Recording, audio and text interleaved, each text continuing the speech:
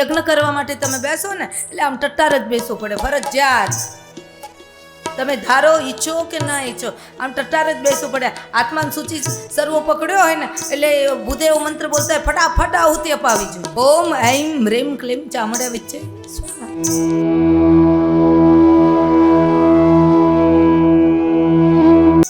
યજ્ઞની અંદર તમે ઓમ ઐમ હ્રીમ ક્લીમ ચામુંડા વિચ્ચે સ્વાહા બોલો, ત્યારે જ તમારો યજ્ઞની અંદર આહુતિ આપેલો યજ્ઞ ભાગ એ કોઈ દેવ સુધી કે માતાજી સુધી પહોંચે છે.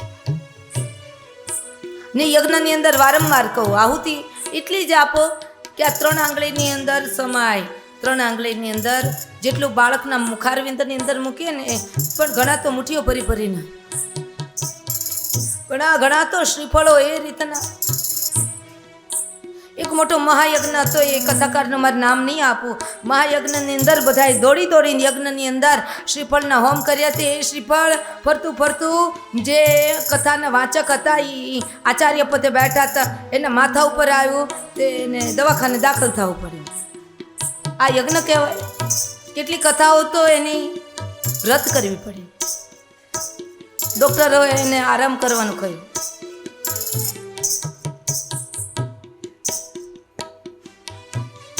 આ મૃગી મુદ્રા કહેવાય. આમાં જેટલું સમય ને એટલી જ આહુતિ આપો.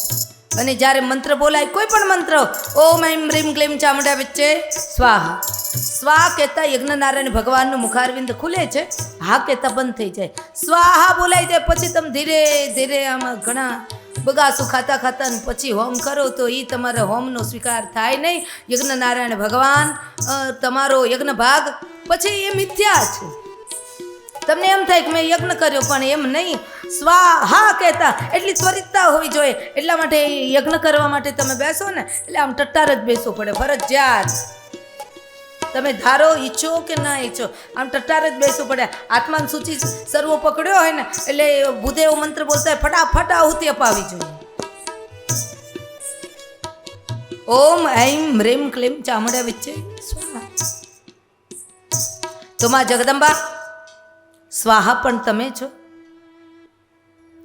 જ્યારે પિતરોનું તમે કામ કરાવો ત્યારે તમારા 7 પેઢીના પિતરોના દાદા દાદી, એના સાસુમાં, એના સાસુમાં, આ બધાના નામ પછી સ્વધાય નમઃ, સ્વધાય નમઃ આ અંગૂઠાથી તર્પણ કરાવવામાં આવે. તો સ્વધા કોણ છે?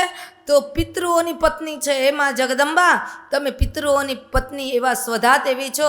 કારણ કે સ્વધાએ નમઃ ન બોલવામાં આવે તો પિતૃઓ પણ આપણા તર્પણનો સ્વીકાર કરતા નથી. એટલે પિતૃ સુધી આપણા તર્પણને પહોંચાડનાર દેવી પણ કોણ છો? સ્વધા તમે છો.